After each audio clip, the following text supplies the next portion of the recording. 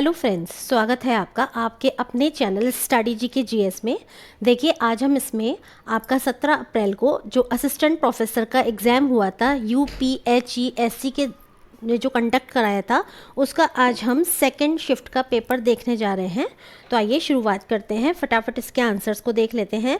भारत के अनुच्छेद में निम्नलिखित में से कौन सा अनुच्छेद वयस्क मताधिकार से संबंधित है? तो देखिएगा, इसमें आपका जो करेक्ट आंसर बनेगा वो बनेगा आर्टिकल नंबर 326। ये आपका किससे रिलेटेड है? ये आपका वयस्क मताधिकार से रिलेटेड है। लिम्बिक तंत्र भाग है किसका? तो ये आपका नर्वस सिस्टम का भाग है। क्या? लिम्बिक तंत्र। अगला देखिए, उत्सव पोर्टल किस वर्ष प्रारंभ किया गया था? तो देखिएगा, इसका जो करेक्ट आंसर हो जाएगा, तो देखिएगा, उत्सव पोर्टल की वर्ष 2022 में शुरुआत की गई थी। और अगला प्रश्न है आपका, दक्षिण अफ्रीका में जुलू विद्रोह के समय गांधी जी को अंग्रेज़ों की सेना में कौन सी पदवी दी गई थी? तो देखिए, इसका जो करेक्ट आंसर बन जाएगा वो आपका बन जाएगा सर्जेंट मेजर की उपाधि दी गई थी ब्रिटिश आर्मी के द्वारा। कब? जुलू विद्रोह, जो आपका जुलू विद्रोह हुआ था साउथ अफ्रीका में उस समय, और ये उनको एक अस्थायी पदवी थी, ना कि स्थायी पदवी। आगे देखिएगा, आणविक ऊर्जा संस्थान ट्रॉम्बे की स्थापना कब हुई? देखिए, तो बहुत ही इजी सा प्रश्न है। ट्रॉम्बे आणविक ऊर्जा संस्थान है जो कि आपका कहाँ पर स्थित है? ट्रॉम्बे में, ठीक है। उसकी स्थापना आपकी 1954 में हुई थी। आगे देखिएगा, भारत में स्वतंत्रता के पश्चात भूमि सुधार को लागू करने का प्राथमिक उद्देश्य क्या था? तो देखिएगा, इसमें यह भी बहुत आपका एक इजी सा प्रश्न है कि भूमिहीन किसानों को भूमि का पुनर्वितरण करना। भूमिहीन किसानों को भूमि का पुनर्वितरण करना, ये आपका क्या था? भूमि सुधार जो आपके कानून लागू किए गए थे उनका ही प्राथमिक उद्देश्य था। अगला प्रश्न देखिएगा, प्रश्न नंबर 8। देखिए, दो कथन दिए गए हैं, इसमें से हमें देखना है कि ये क्या बोल रहे हैं। सबसे पहला जो आपका कथन है वो है आपका NIRF। NIRF क्या है? एक रैंकिंग प्रणाली है जिसे भारत सरकार के शिक्षा मंत्रालय ने 2015 में शुरू किया था।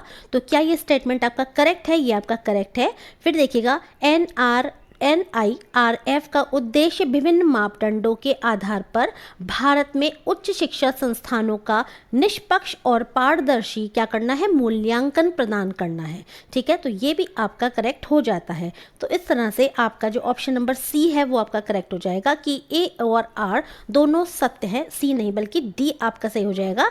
ए और आर दोनों सत्य हैं तथा आर ए की सही व्याख्या करता है। नीचे आंध्रभूमि स्थल एवं राज्यों के नाम के जोड़े दिए गए हैं, तो हमें सही जोड़ों से चुनाव करना है। सबसे आपका बिल्कुल करेक्ट है कि सुर सरोवर जो है ये आपका उत्तर प्रदेश में है। तो देखिए, चौथा ऑप्शन जहाँ पर नहीं है उसको हम एलिमिनेट कर देंगे, ठीक है। ये दोनों ही आपके इनकरेक्ट हो जाएंगे, इधर भी है चौथा, इधर भी है। अब हमें ये देखना है कि पहला और दूसरा क्या सही है या नहीं। तो देखिएगा, जो आपका शाक्य सागर है ये आपका मध्य प्रदेश में है, ये आपका करेक्ट हो जाएगा, ठीक है। ऑप्शन नंबर 1 और 4 ये आपका सी में है। तो इस तरह से सी आपका करेक्ट आंसर है। अब ये देखिएगा, ये जो आपका सिरपुर वेटलैंड है, क्या ये आपका त्रिपुरा में है? नहीं, ये आपका त्रिपुरा में नहीं है, बल्कि ये आपका कहाँ पर है? ये आपका MP में है, और MP में भी आपका ये इंदौर में है, ठीक है। और ये देखिएगा, जो थर्ड वाला है पाला वेटलैंड, क्या ये मेघालय में है? नहीं, ये कहाँ पर है आपका? ये आपका मिजोरम में है। कौन सा? पाला वेटलैंड, ठीक है।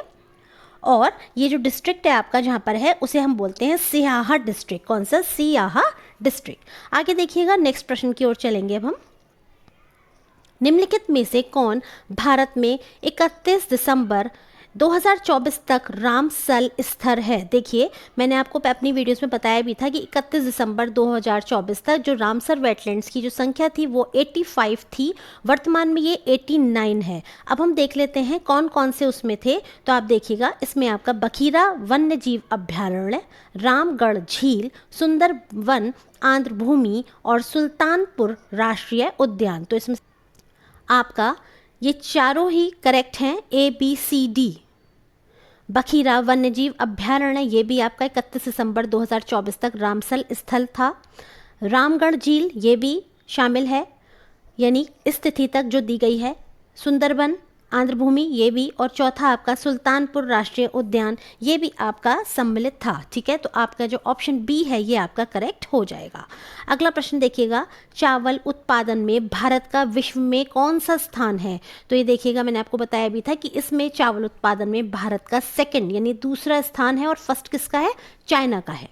अगला देखिए, भारत का पहला पुनः प्रायोज्य हाइब्रिड रॉकेट रूमी 1 प्रक्षेपित किया गया था। तो देखिए ये आपका कब प्रक्षेपित किया गया था? तो ये आपका किया गया था 24 अगस्त 2024 को भारत का पहला पुनः प्रायोज्य हाइब्रिड रॉकेट रूमी 1 प्रक्षेपित किया गया था। कंप्यूटर की मेमोरी जो उसके निर्माण के समय प्रोग्राम की जाती है वो क्या कहलाती है? तो वो आपकी कहलाती है रोम। ठीक है, रोम कहलाती है। अगला देखिएगा, यहाँ पे सूची दी गई है 2 और आपको ये सुमेलित करनी है। देखिए अरविंद अडिगा, इनकी कौन सी पुस्तक है? तो इनकी पुस्तक है द वाइट टाइगर। तो देखिए ए का 3 देख लेते हैं किस में है। तो देखिएगा ए का 3 आपका थर्ड ऑप्शन में दिया गया है और ये इस तरह से आपका सही हो जाएगा, यानी ए का 3 है अरविंद अडिगा की the white tiger.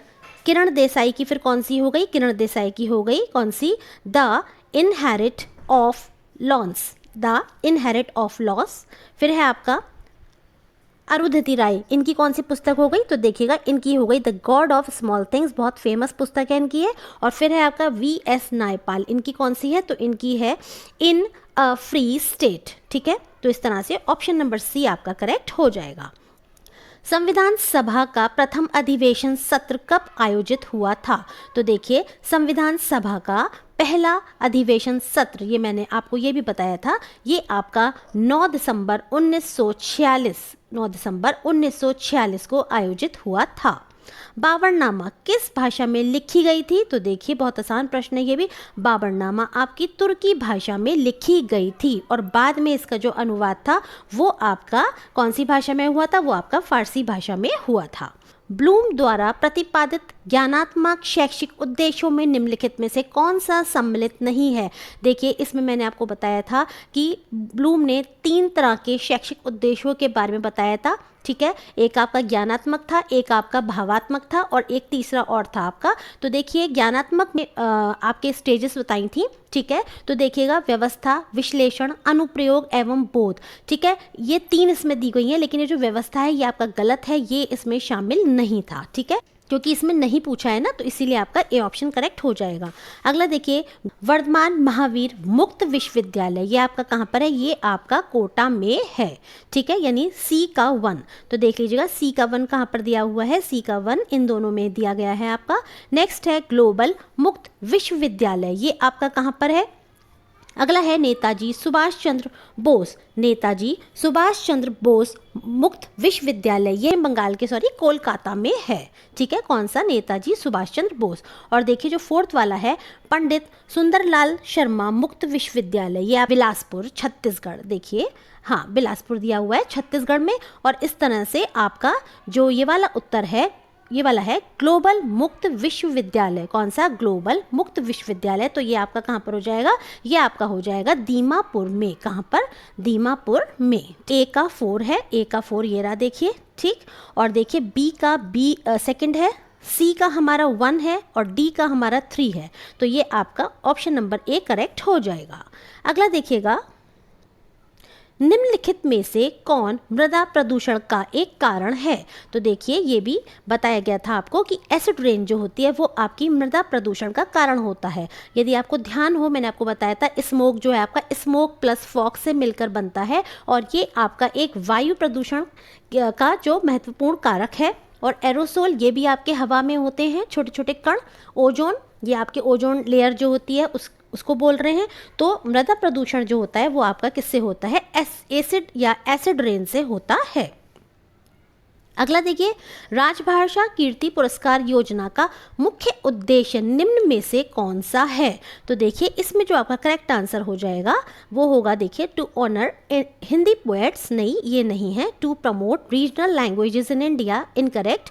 To encourage English in official work, this is also incorrect. So finally this is your correct answer, to encourage the use of Hindi in official work, यानी आधिकारिक कार्यों में हिंदी के प्रयोग को प्रोत्साहित करना। ऑप्शन नंबर डी आपका करेक्ट है। राजभाषा कीर्ति पुरस्कार योजना की बात हो रही है। अब देखिए किस अभिलेख में कालिदास एवं भैरवी दोनों का उनके नामों से उल्लेख मिलता है, तो ये आपका मिलता है भीतरी स्तंभ अभिलेख में को एक अनुक्रम में प्रारंभ से शुरू करके व्यवस्थित कीजिए। ठीक है, तो देखिएगा इसमें आपका सबसे पहले आ जाएगा शोध समस्या का चयन, ठीक है, सिलेक्शन ऑफ रिसर्च प्रॉब्लम, फिर है आपके शोध के उद्देश्य, ये आपका सेकंड हो जाएगा, फिर आपका आएगा शोध की विधि, फिर आपका आएगा आंकड़ों का संग्रह।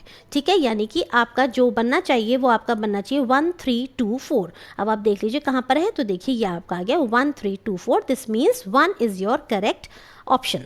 अगला देखिएगा, पीएलआई स्कीम किस एक क्षेत्र से संबंधित नहीं है। पीएलआई स्कीम आखिर है क्या, तो देखिए पीएलआई ये जो आपकी योजना है ये भारत में वस्तुओं और सेवाओं के उत्पादन को बढ़ावा देने के लिए बनाया गया है। इसके तहत बिक्री में वृद्धि के आधार पर प्रोत्साहन दिया जाता है। कंपनियों को उत्पादन बढ़ाने के लिए या तो नई विनिर्माण इकाइयां स्थापित करने या अपनी मौजूदा इकाइयों का विस्तार करने के लिए प्रोत्साहित किया जाता है। तो इस तरह से ये आपका पीएलआई योजना है। ठीक है, अगला देखिएगा, निम्न में से कौन एक कृत्रिम बुद्धिमत्ता एआई उपकरण नहीं है। ठीक है, नहीं पूछ रहे हैं। देखिए चैट जीपीटी हम सभी को पता है ये आपका एआई उपकरण यानी कि आर्टिफिशियल इंटेलिजेंस उपकरण है। जेमिनाई ये भी हमें पता है ये गूगल का है ना, और आपका क्लाउड ये भी है, लेकिन आपका गूगल प्ले स्टोर ये आपका एआई उपकरण नहीं है। तो इसका मतलब आपका जो ऑप्शन नंबर डी हो जाएगा ये आपका करेक्ट ऑप्शन बनेगा इस प्रश्न के अनुसार। अगला देखिए, कौन सी भारतीय कंपनी 2024 में रुपए 20 लाख करोड़ का बाजार पूंजीकरण हासिल करने वाली पहली भारतीय कंपनी बन गई है। तो देखिए इसका ऑप्शंस में से जो आपकी रिलायंस इंडस्ट्री है ये भारतीय कंपनी 2024 में 20 लाख करोड़ का बाजार पूंजीकरण हासिल करने वाली भारतीय पहली कंपनी बन गई है। या निम्नलिखित में से कौन सा एक आईसीटी प्रणाली का घटक नहीं है। घटक पूछ रहे हैं, कंपोनेंट्स पूछ रहे हैं। ठीक है, तो देखिए बायोमेट्रिक सेंसर बिल्कुल करेक्ट ये है आपका। सूचना क्या ये है, नहीं ये नहीं है। सॉफ्टवेयर क्या आपका कंपोनेंट है, बिल्कुल है। हार्डवेयर का क्या आपका कंपोनेंट है, बिल्कुल है। देखिए यहाँ पर लोग कंफ्यूज्ड हो गए हैं और बहुत सारे लोगों ने गलत आंसर इसका दिया है। सूचना को मान रहे हैं, वो इस बेसिस पे मान रहे हैं कि इंफॉर्मेशन एंड कम्युनिकेशन टेक्नोलॉजी का जो फुल फॉर्म है उससे इसको मान रहे हैं, लेकिन यहाँ पर ये नहीं पूछ रहे हैं। यहाँ पर आपसे पूछा जा रहा है कि इनके कंपोनेंट्स कौन कौन से हैं। तो देखिए मैंने आपको बताया भी था अपनी वीडियोज़ में कि हार्डवेयर सॉफ्टवेयर ये सब इसके कंपोनेंट्स होते हैं। तो इस तरह से ये आपका जो बायोमेट्रिक सेंसर है ये भी तो एक तरह का सॉफ्टवेयर ही हो गया ना। इसी तरह से आपका सॉफ्टवेयर हार्डवेयर ये तीनों है। तो आपका जो सूचना है ये इसका सही आंसर बनेगा, because this is not a component of an ICT system. हाँ, इसका जो अगर एब्रिविएशन की फुल फॉर्म पूछी होती तब आपका ये आंसर सही होता, लेकिन इसमें इन्होंने कंपोनेंट्स की बात की है। अगला देखिए, बैरन द्वीप कहाँ पर स्थित है। तो देखिएगा आपका जो बैरन द्वीप है ये आपका देखिए अंडमान में स्थित है। ठीक है, बैरन द्वीप आपका अंडमान द्वीप में स्थित है। आगे देखिएगा, जनहित याचिका की अवधारणा की उत्पत्ति कहाँ से हुई है। तो देखिएगा जनहित धारणा की अवधारणा की उत्पत्ति संयुक्त राज्य अमेरिका में हुई थी सबसे पहले। प्रशासन में बिग डेटा एनालिटिक्स के प्रमुख उपयोग क्या है। तो देखिए ये सबसे पहले समझिए क्या है। बिग डेटा एनालिटिक्स एक क्या है आपका अद्वितीय बाजार खुफिया जानकारी प्रदान करता है। फॉर एग्जाम्पल यह कंपनियों के उत्पाद विकास के साथ ग्राहक व्यवहार को समझने की अनुमति देता है। यह जो आपका विश्लेषण है ये एक प्रवृत्ति विश्लेषण के माध्यम से किया जाता है, जहां खरीद इतिहास और भविष्य की खरीद के इरादों पर अंतर्दृष्टि प्राप्त करने के लिए बड़े डेटा का उपयोग किया जाता है।